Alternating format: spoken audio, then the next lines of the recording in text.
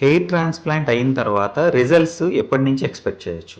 ఇది నన్ను చాలా కామన్గా హెయిర్ ట్రాన్స్ప్లాంట్కి వెళ్ళే వాళ్ళు కామన్గా అడిగే క్వశ్చన్. దీని గురించి వాళ్ళు డిస్కస్ చేద్దాం. దీన్ని యూజువల్గా ఏంటంటే రిజల్ట్స్ ఫేజ్ని మనం 3 ఫేజెస్ కింద డివైడ్ చేస్తాం. First phase is 3 to 4 weeks. ఈ 3 to 4 వీక్స్ని షెడ్డింగ్ ఫేజ్ అంటాం. అంటే ఏంటంటే మనకి ఫాలికల్స్ రూట్స్ ఉంటాయి, బట్ ఫాలికల్స్ ఫాల్ అవ్వడం జరుగుతుంది. ఇట్స్ వెరీ కామన్, గుర్తుపెట్టుకోండి, చాలా కామన్గా జరుగుతుంది. And it's very temporary. So it's a normal. ఈ ఫేజ్లో చాలా అంటే కంగారు పడకుండా ఉండాలి. Second phase is first 1 to 3 months. ఇది డార్మెంట్ ఫేజ్. ఈ డార్మెంట్ ఫేజ్లో ఏంటంటే ఎక్కువ గ్రోత్ ఉంటుంది. ఈ ఫేజ్లోనే ఎక్కువ మంది హెయిర్ ట్రాన్స్ప్లాంట్ అయిన తర్వాత కంప్లైంట్స్ చేస్తూ ఉంటారు, నాది హెయిర్ గ్రో అవ్వట్లేదు, నాకు రిజల్ట్స్ తెలియట్లేదు అన్నట్టు కంప్లైంట్ చేస్తారు. But this is also temporary. మీరు గుర్తుపెట్టుకోండి, ఈ ఫేజ్లోనే మన హెయిర్ ప్రిపేర్ అవుతుంది గ్రో అవ్వడానికి.